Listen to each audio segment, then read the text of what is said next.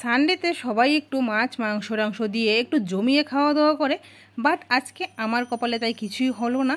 তাই যাই ছিল ঘরে তাই দিয়ে আজকে জোগাড় যন্ত্রটা করেছি।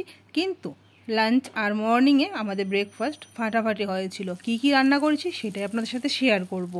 একদমই কিছুই ঘরে যখন থাকবে না তখন আপনারা এইগুলি কিন্তু করতেই পারেন।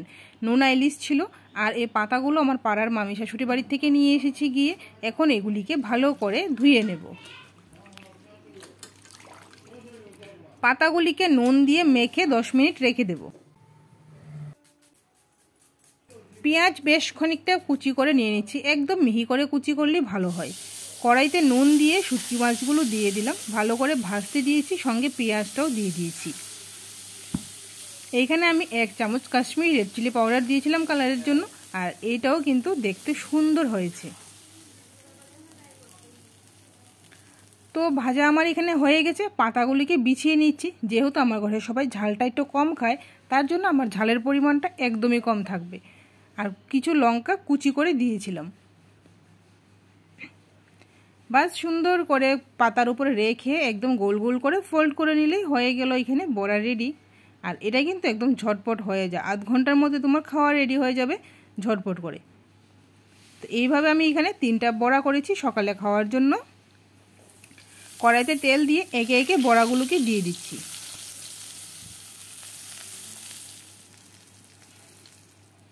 বড়াগুলিকে লাল লাল করে ওইপুট উপুট করে ভাজতে দিয়েছি, না হলে 15 থেকে 20 মিনিটের মধ্যে স্টিমটাকে লো করে। বাস খাওয়া দাওয়া সিম্পল হলেও কিন্তু সাজিয়ে গুছিয়ে খেতে বড্ড ভালো লাগে। আর এখানে আমি বাটি চাপাতে ভাত নিয়েছি, বড়া নিয়েছি, আর পেঁয়াজ রসুন দিয়ে একটা মাখা ভর্তা নিয়েছি।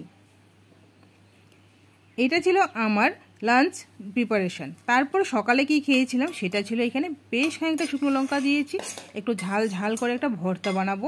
আর এই কড়াইতে পেঁয়াজ রসুন আর পাকা কাঁচা লঙ্কাগুলো দিয়ে দিয়েছি, নুন দিয়েছি, একটু ভালো করে ভাজতে দেব। পেঁয়াজ রসুন আমার ভাজা হয়ে গেছে।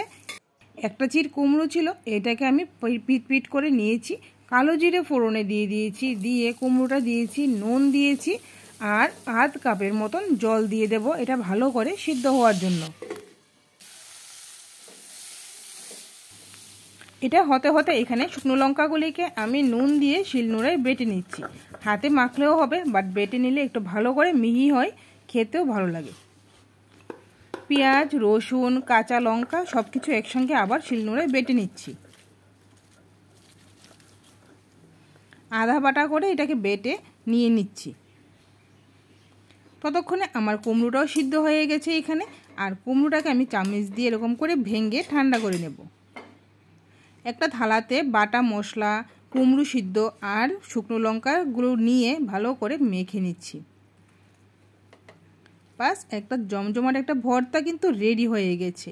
আবার সুন্দর করে সার্ভ করে দিচ্ছি। যেহেতু আজকে খাওয়া দাওয়াটা একদম সিম্পল, তাই ডেকোরেশনটা থাকতে হবে সুন্দর, যেন দেখেই পেট ভরে যায়। আপনাদের কেমন লেগেছে জানাবেন কিন্তু।